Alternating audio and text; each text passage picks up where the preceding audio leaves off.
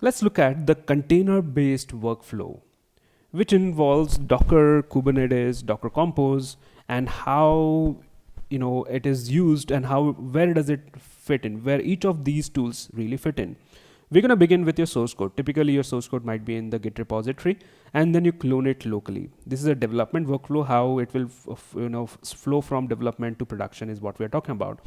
Now, using the source code, you typically write a Docker file and create an image for it with your application and the runtime required for it. Let's say you build a version 1 of the image, then you can test run it locally.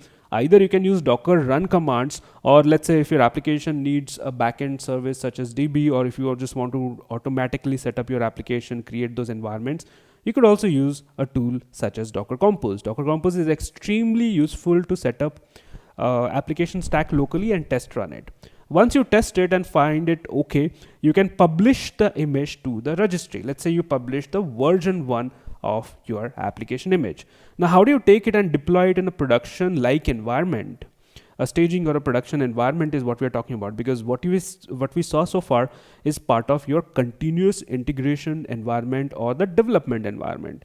How does it work in a prod like environment is where you would use typically a system such as Kubernetes, which will help you to do the continuous delivery and deployment and so on. In a Kubernetes environment, you typically would write some YAML files, and that's where you define how you want to deploy your application. And some of the configuration would include which image to use and how many replicas or instances of that application that you need.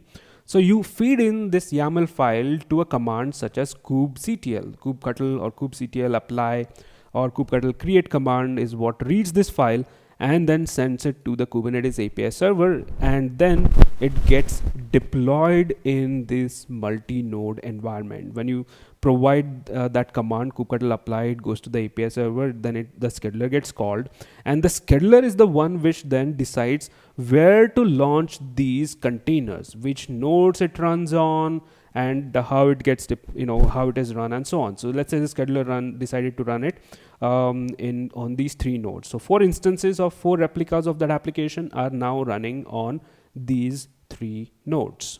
Now let's find out what happens next, and this is very interesting because it's not gonna be one-time deployment that we're doing. We might make changes to the application. So when you make a change from a development machine and when you update the source code, what happens then is the image build will get triggered again, the Docker container image, Docker image build, and you will build the version 2 of the image. You can then deploy it in a local environment. Again, this is where Docker Compose is useful because you can just run one command, Docker Compose up, and then it would redeploy with version 2. Once you're done testing that image, you can then again publish it to the registry, your second version or V2 of that. Now, how do you deploy it? It's not an automatic deploy.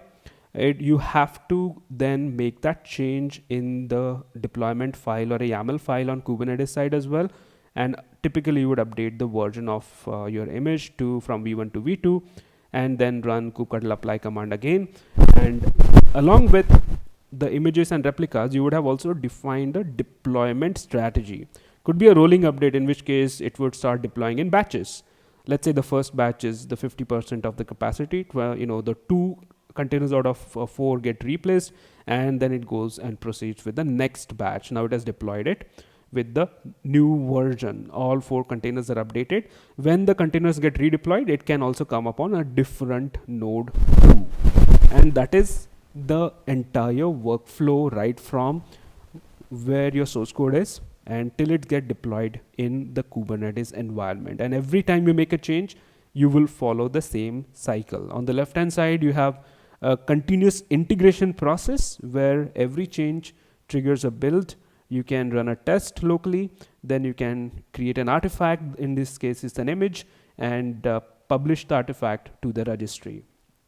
That is the continuous integration part.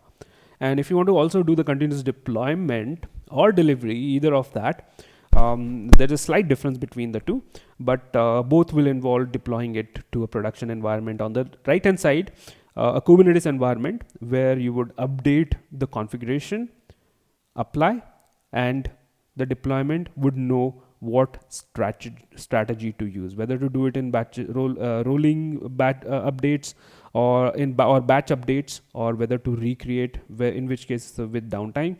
If you use a rolling update, it is typically also called as a zero downtime deployment. So you can uh, codify the deployment process on the Kubernetes side. That's the continuous integration and continuous delivery workflow for with Docker and Kubernetes.